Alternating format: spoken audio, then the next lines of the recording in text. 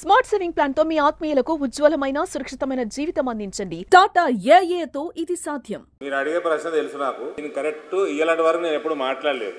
ఇప్పుడు నేను మాట్లాడుతుంటే ఓపికగా వినండి, ఓపికగా రికార్డ్ చేసుకోండి. ఇది చూడరు ఒకసారి, ఇది భలే గమ్మత్తున్నది. దేశంలోనే అత్యధిక ఆదాయం ఉన్న రాష్ట్రం తెలంగాణ రాష్ట్రం. ఆదాయాన్ని సమకూర్చుకోవడంలో అపారమైనటువంటి అనుభవం ఉన్నటువంటి కాంగ్రెస్ పార్టీకి ఇది పెద్ద సమస్య కాదు. దోపిడీ గురి కాకుండా జాగ్రత్త ఫిల్టరేట్ చేసి ఆదాయాన్ని పెంచుకొని ఆ వనరులతో ఈ సంక్షేమ కార్యక్రమాలు చేయడానికి మంచి అవకాశం. అక్కడి సూర్యుడు ఇక్కడ మొలిసిన 4,000 రూపాయల పెన్షన్ ఇచ్చి తీర్థము. రాష్ట్ర ఆదాయము పెరిగింది. పెరిగిన ఆదాయాన్ని మేము దోసుకోకుండా, మేము దోపిడీకి పాల్పడకుండా పేదలకు పంచి పెడతాము. ఎలా అమలు చేయాలో మాకు తెలుసు. మీకేదైనా అనుమానం ఉంటే బహిరంగ చర్చ పెట్టండి. అన్నిటికీ ఆర్థిక లెక్కలతో పాటు సంపూర్ణంగా మేము ప్రజలకు వివరించి చెప్పాం. రాష్ట్రం ఆర్థికంగా బాగలేదు, అప్పు పుడతలేదు, అనా పైసా ఎవరు ఇస్తలేడు. ఎవరినైనా కలవడానికి పోతే బ్యాంకర్లు దొంగలను చూసినట్టు చూస్తారు తెలంగాణ రాష్ట్ర ప్రతినిధులను. ఎవరు ఢిల్లీకి పోతే విన్నారు కదా బ్రదర్.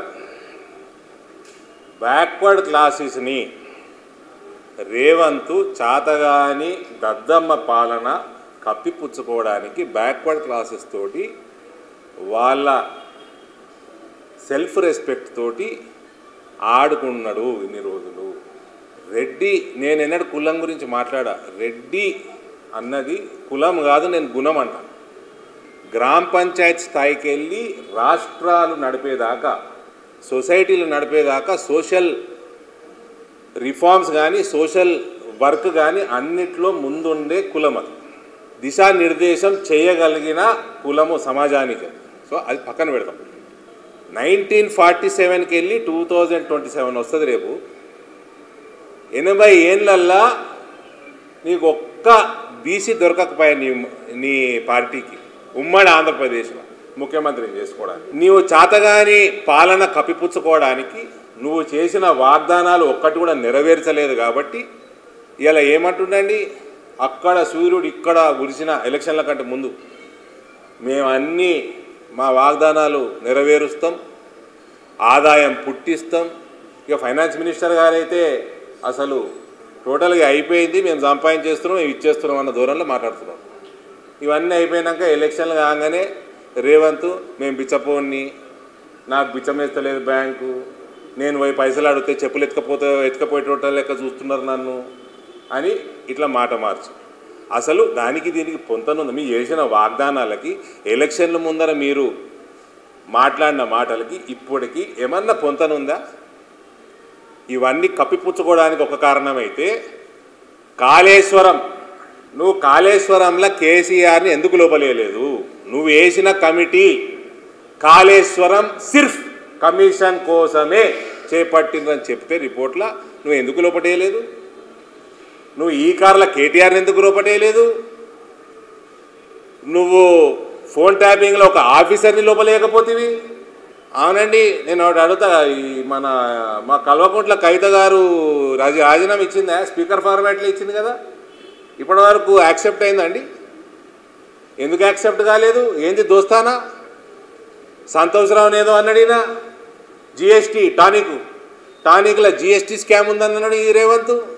హరీష్ పాల వ్యాపారం చేస్తా అన్నాడు. మరి అది ఏం పాల వ్యాపారం నాకు అర్థం కాలే. ఎవరో అసెంబ్లీలో అన్నాడు హరీష్ పాల వ్యాపారం చేస్తున్నాడు. మరి ఏమైంది?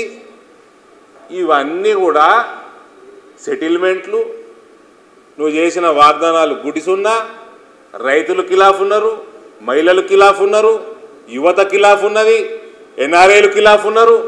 ఇవన్నీ డైవర్ట్ చేసుకోవడానికి వెనుకబడిన తరగతుల ఆత్మ అభిమానంతో ఆడుతున్న డ్రామా ఇది రేవంత్.